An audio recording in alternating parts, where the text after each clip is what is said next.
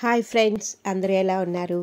ఈరోజైతే నేను మార్నింగ్ ఏమేమి లంచ్ చేశాను అనేది మీతో షేర్ చేయాలనుకుంటున్నాను. అందుకని దాన్నైతే ఒక వ్లాగ్ లాగా తీశాను. రండి నేనేమేమి చేశాను అనేది ఈ వీడియోలో చూసేద్దాం. ముందుగా కుక్కర్ అయితే కడిగేసాను. ఇందులో కొన్ని నీళ్లు పోసుకొని పెట్టేద్దాం అండి. ఈ లోపల బియ్యాన్ని కడుక్కొని తగిన నీళ్ళు వేసి కుక్కర్లో పెట్టేశాను.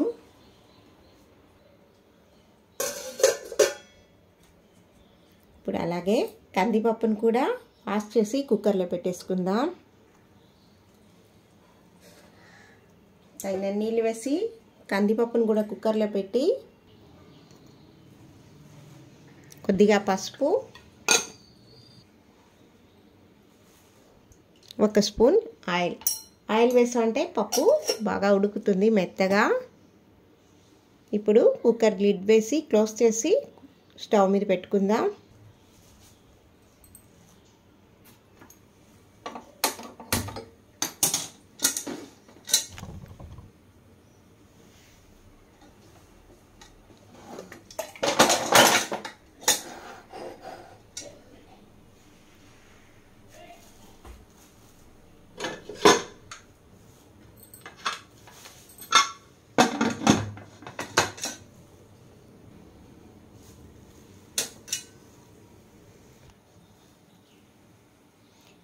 సాంబార్ కోసం ఒక నిమ్మకాయ అంత చింతపండుని తీసుకున్నాను.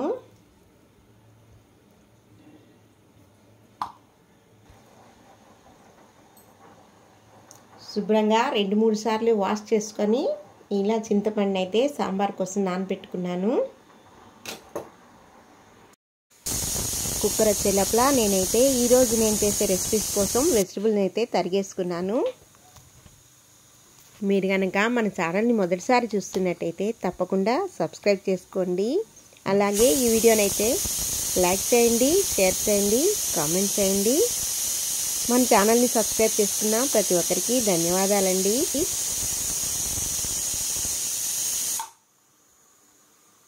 కుక్కరు 3 విజిల్స్ వచ్చేసింది. ఇప్పుడు స్టవ్ ఆఫ్ చేసేస్తాను. ఈ లోపల మా వారైతే లేచారు. ఆయన కోసమని కాఫీ రెడీ చేస్తున్నా అండి. స్టవ్ వెలిగించేసి పాలైతే పెట్టేశాను. కొద్దిగా సిమ్లో పెడితే ఆయన పాలు దొంకొచ్చే లోపల పాలు కాగిపోతాయి.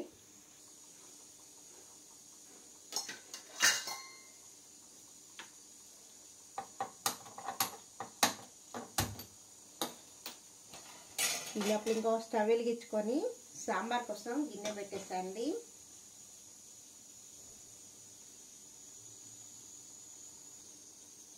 ఎప్పుడు సాంబార్ అయినా అనుకోవాకండి, మాకైతే సాంబార్ కంపల్సరీ. ఏమున్నా ఏం లేకపోయినా సాంబార్ మటుకు చేసి తీరాల్సిందే.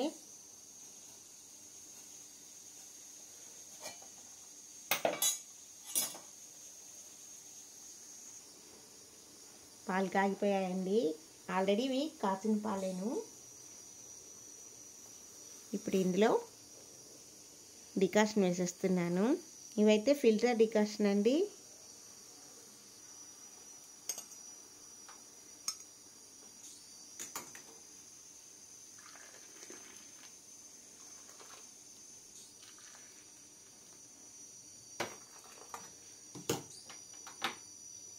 స్టవ్ ఆఫ్ చేసేసి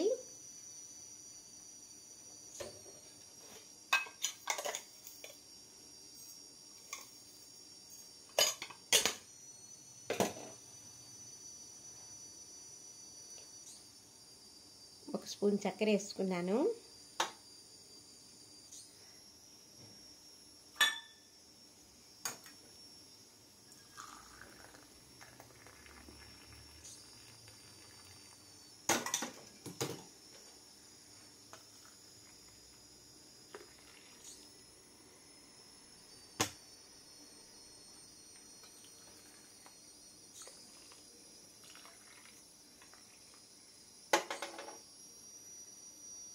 చక్కెర అయితే మిక్స్ చేశాను. ఇవి ఎత్తుకెళ్ళి మరికిచ్చేసి వస్తాను.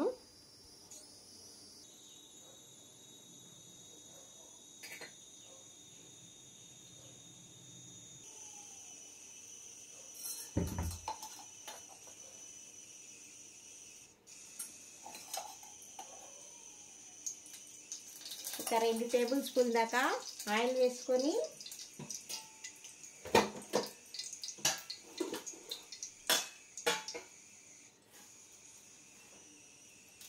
కొద్దిగా మెంతులు, ఆవాలు,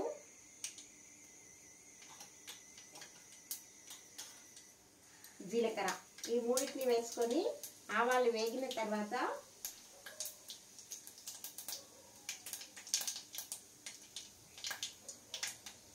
ఒక ఎండుమిరపకాయ అండి గిల్లి ఇందులో వేసేస్తాను.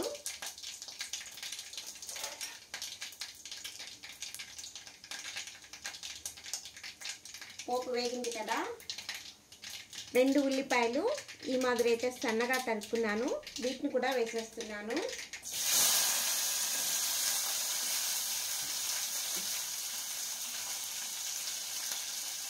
నేనైతే ఈరోజు సాంబార్ కోసం క్యారెట్, వంకాయ, ఉల్లిపాయ ఈ మూటిని వేసి మిక్స్డ్ వెజిటబుల్ సాంబార్ అయితే చేస్తున్నాను.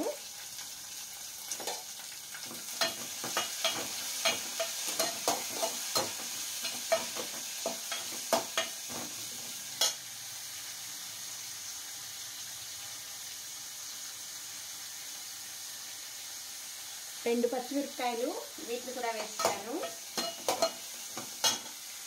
వంకాయలు అయితే ఎప్పుడు నీళ్ళలో తరుక్కోండి. నేను నీళ్ళలో తీసి సాంబార్లో వేద్దామని ఇప్పుడే పెట్టాను, అయినా చూసారా నలిపొచ్చేసాయి. ఉప్పు పసుపు వేసి నీళ్ళల్లో పెట్టా అంటే వంకాయ నలిపెక్కదు.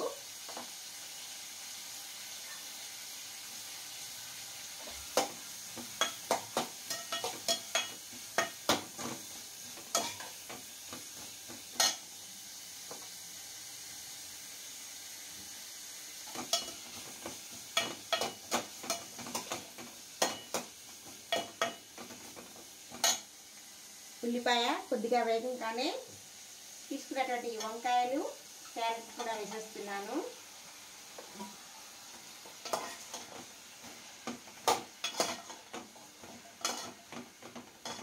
ఉల్లిపాయ మరీ ఎర్రగా వేగాల్సిన అవసరం అయితే లేదు.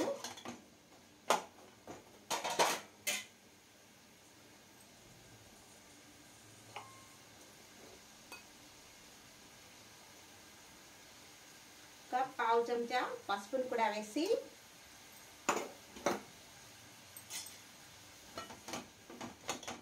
ఒకసారి మిక్స్ చేసేసి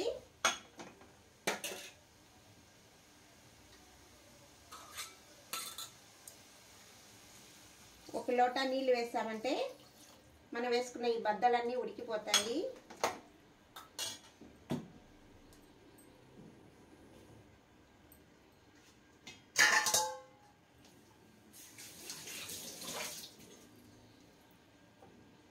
ఇలా గరిటెను పెట్టి మూత వేసామంటే పొంగదండి.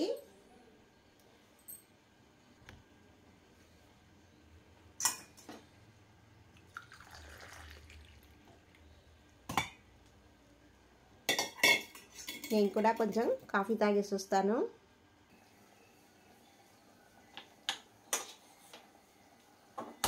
కూర కోసమని స్టవ్ వెలిగించి బాణలు పెట్టేస్తానండి.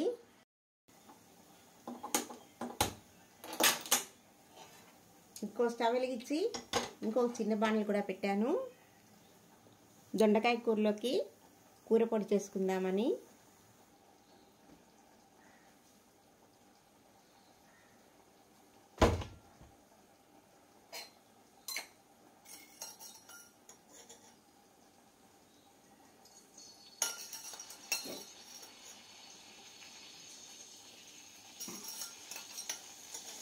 దొండకాయ ఫ్రై కోసమని ఒక 3 టేబుల్ స్పూన్ దాకా ఆయిల్ వేసాను. నూనె కాగిన తర్వాత 1 టీ స్పూన్ ఆవాలు,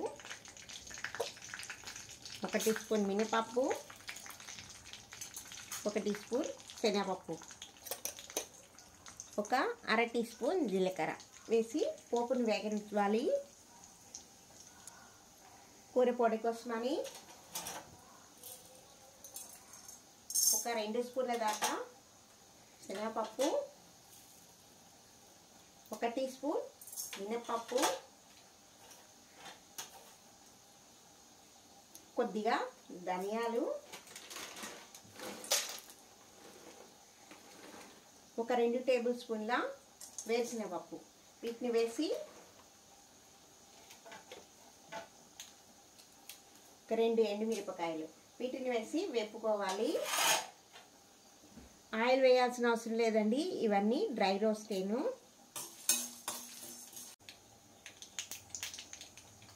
పోపు వేగింది కదా, ఇప్పుడు ఇందులో ఒక ఎండుమిరపకాయని తుంచి వేసి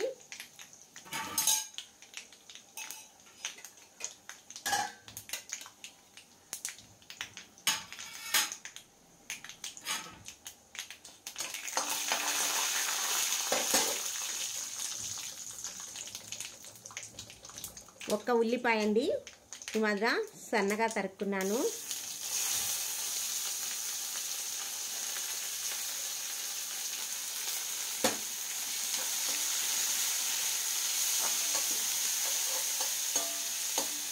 ఉల్లిపాయ బాగా వేగాలి.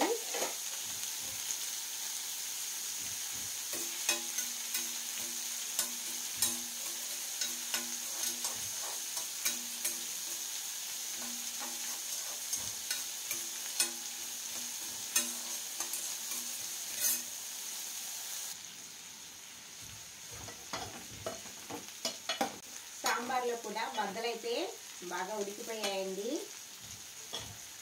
ఇప్పుడు ఇందులో మనం నానబెట్టుకున్నటువంటి ఈ చింతపండులోంచి గుజ్జును తీసి అందులో వేసుకుందాం.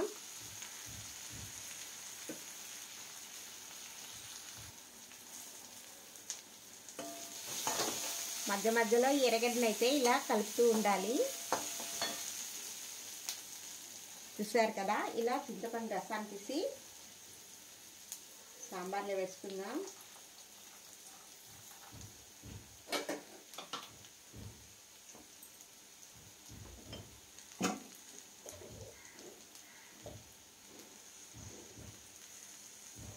ఇప్పుడు సాంబార్కు తగినంత ఉప్పు,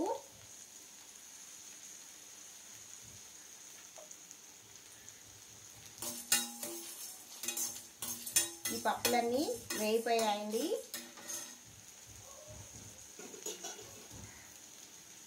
ఇప్పుడు ఇందులో ఒక 4-5 వెల్లుల్లిపాయలు వేస్తున్నాను.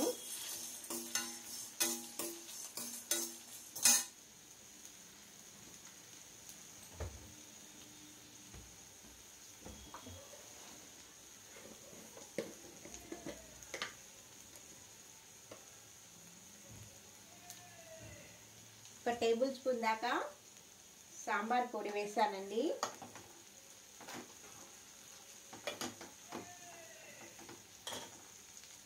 ఈ సాంబార్కి మంచి టేస్ట్ ఇచ్చేది ఈ సాంబార్ పొడేనండి.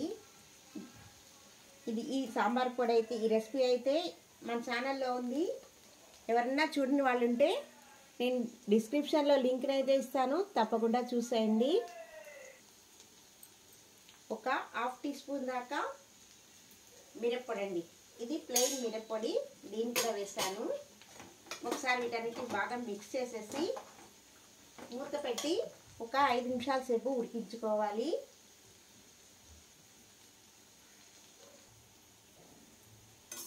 ఇక్కడ బాగా వేగిపోయాయి కదా, స్టవ్ ఆఫ్ చేసేసి వీటి బాగా చల్లారించిన తర్వాత పొడి కొట్టుకుందాం. ఈ పొడి అయితే దొండకాయ కూరకి మంచి ఫ్లేవర్ని ఇస్తుందండి, మంచి రుచి కూడా అండి.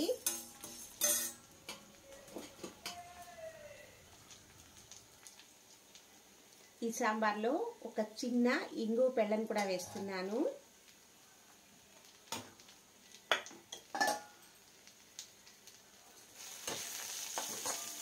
ఎర్రగడ్డలు బాగా ఫ్రై అయిపోయాయి కదా, ఇప్పుడు మనం సన్నగా తరుక్కున్నటువంటి ఈ దొండకాయలను కూడా వేసేసి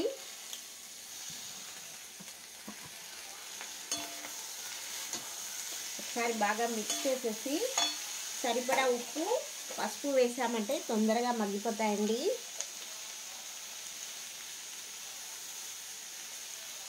ఉప్పునైతే చూసి వేసుకోండి.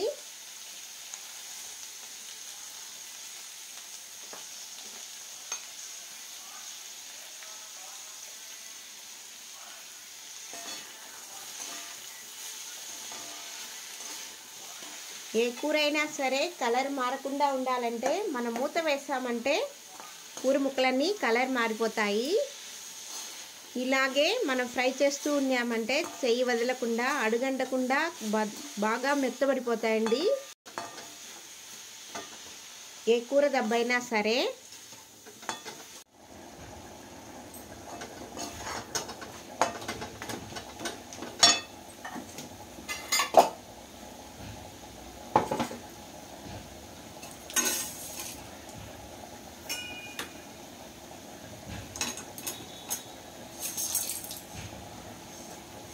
మనం వేసుకున్నటువంటి ఈ దినుసులన్నీ బాగా చల్లబడిపోయాయి కదా, వీటిని మిక్సీ వేసుకుందాం.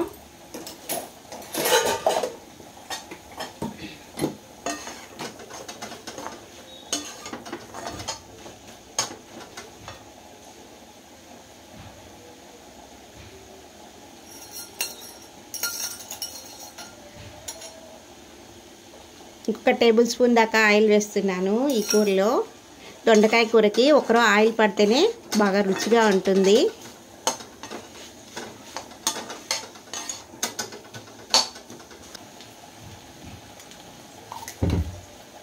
చూసారు కదా, ఈ మాదిరి మిక్సీ చేసుకుంటే పట్టుకుంటే సరిపోతుంది.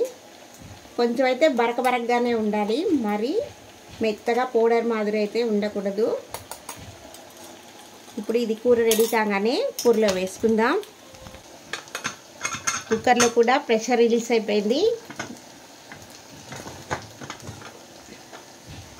మూత ఓపెన్ చేసి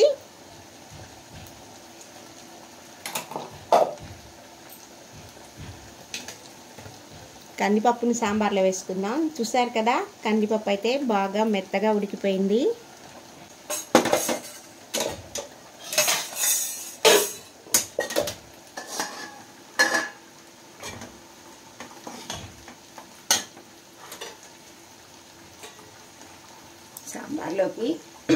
సాంబార్లోకి కరివేపాకు,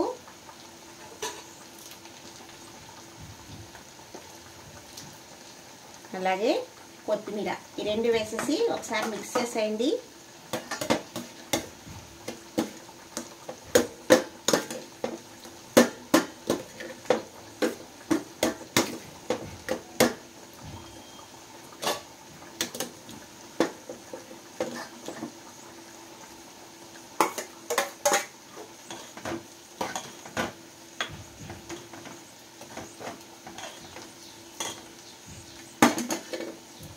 పప్పు వేసి మిక్స్ చేసిన తర్వాత సాంబార్ కన్సిస్టెన్సీ చూసుకొని ఎన్ని నీళ్ళు కావాలో అన్ని నీళ్ళని వేసుకోండి.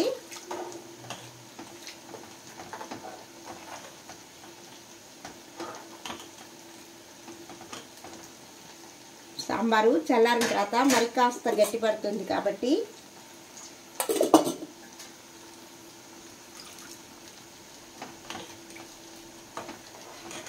కరెక్ట్గా సరిపోయిందండి. ఇలా ఉంటే సరిపోతుంది. ఒక 5 నిమిషాల సేపు ఉడికించి సాంబార్ నాపేద్దాం.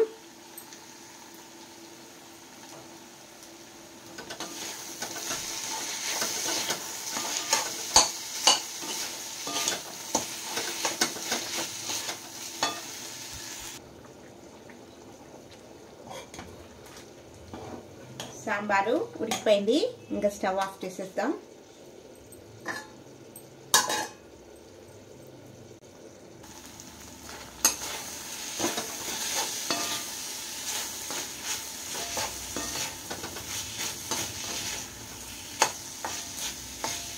ఆల్మోస్ట్ దొండకాయ కూడా బాగా వాడిపోయిందండి. ఒక 2 నిమిషాలు ఉంటే సరిగ్గా మగ్గిపోతుంది.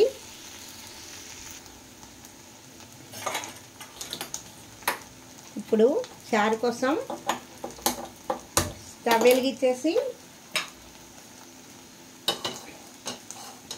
ఒక చిన్న గిన్నె పెట్టేసుకుందాం.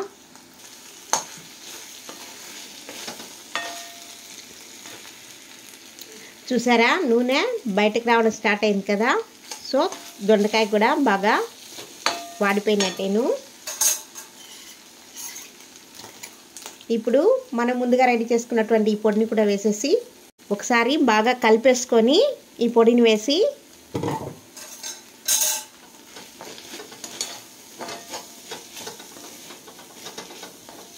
ఇంకా అండి ఒక్క నిమిషం సేపు ఉంచేసి స్టవ్ ఆఫ్ చేసేద్దాం.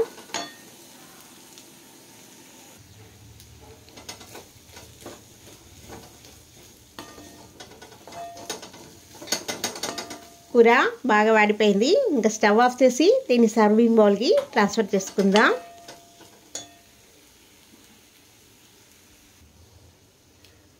రసం కోసమని 4 వెల్లుల్లిపాయలు తీసుకున్నాను. వీటిని కచ్చా పచ్చాగా దంచుకుందాం.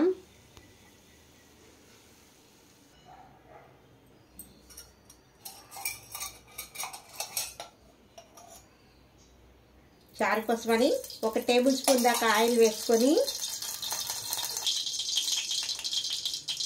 ఆయిల్ కాగిన తర్వాత 1 అర టీ స్పూన్ ఆవాలు, 1 టీ స్పూన్ జీలకర్ర వేసుకొని ఒకే ఒక ఎండుమిరపకాయను కూడా గిల్లి వేసుకోవాలి.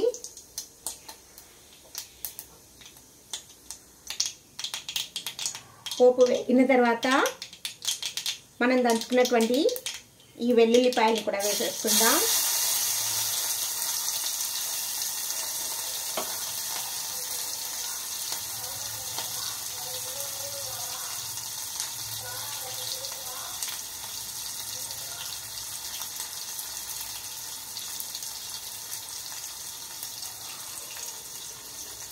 చారు కోసమని కొద్దిగా చింతపండుని తడిపి నానబెట్టుకున్నానండి.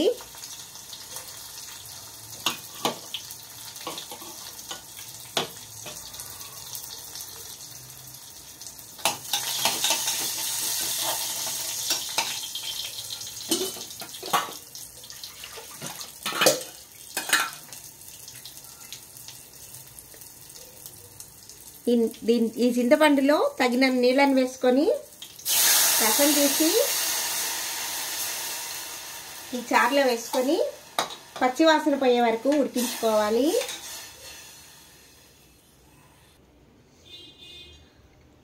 రుచికి సరిపడినంత ఉప్పును వేసుకోవాలి.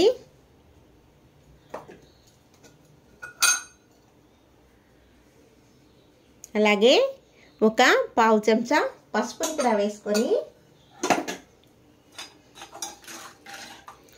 ఒకసారి మిక్స్ చేసేసి ఈ చింతపండులో ఉన్న పచ్చి వాసన పోయే వరకు ఉడికించుకోవాలి.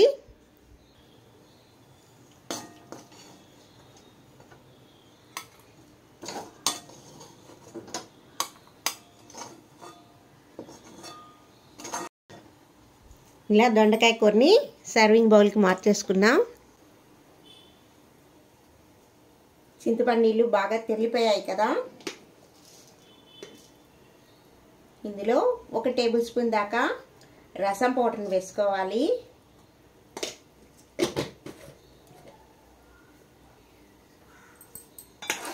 ఈ రసం పొడిని ఒకసారి మిక్స్ చేసేసి ఇప్పుడు సరిపడా నీళ్ళని చేర్చుకొని 1 పొంగు వచ్చే వరకు ఉంచి ఈ రసం మీద నురుగు కట్టంగానే రసం ఆఫ్ చేసేసుకోవాలి.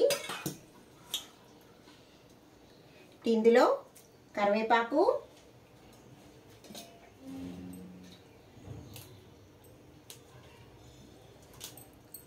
కొత్తిమీర ఈ రెండింటిని కూడా వేసేసాను.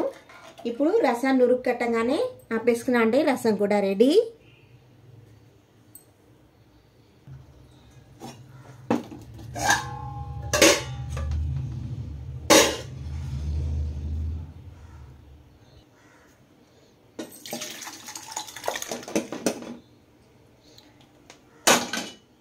సాంబార్ కూడా వేరే గిన్నెలకు మార్చేసుకుందాం. ఇలా మార్చుకొని మూత పెట్టేస్తామంటే సాంబార్ కూడా రెడీ. చూసారు కదా, ఈ మాదిరి నురుగు కట్టింది కదా. స్టవ్ ఆఫ్ చేసుకుందాం.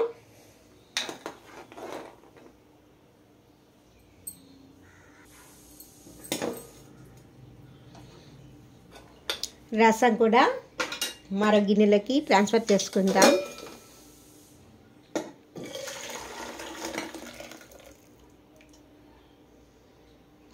ఇదండి ఈరోజైతే నేను చేసిన లంచ్ రెసిపీస్. ఈ వీడియో మీకైతే నచ్చిందని అనుకుంటున్నాను. ఈ వీడియో కనుక నచ్చితే తప్పకుండా ఒక లైక్ని అయితే చేయండి. అలాగే మన ఛానల్ని ఎవరైనా మొదటిసారి చూస్తున్నట్టయితే తప్పకుండా సబ్స్క్రైబ్ చేసుకోండి. మన ఛానల్ని సబ్స్క్రైబ్ చేసుకున్న ప్రతి ఒక్కరికి ధన్యవాదాలండి. ఇదే అండి ఈరోజైతే లంచ్. మరియు లంచ్ వీడియోలో మళ్ళీ కలుద్దాం. అంతవరకు సెలవు మరి.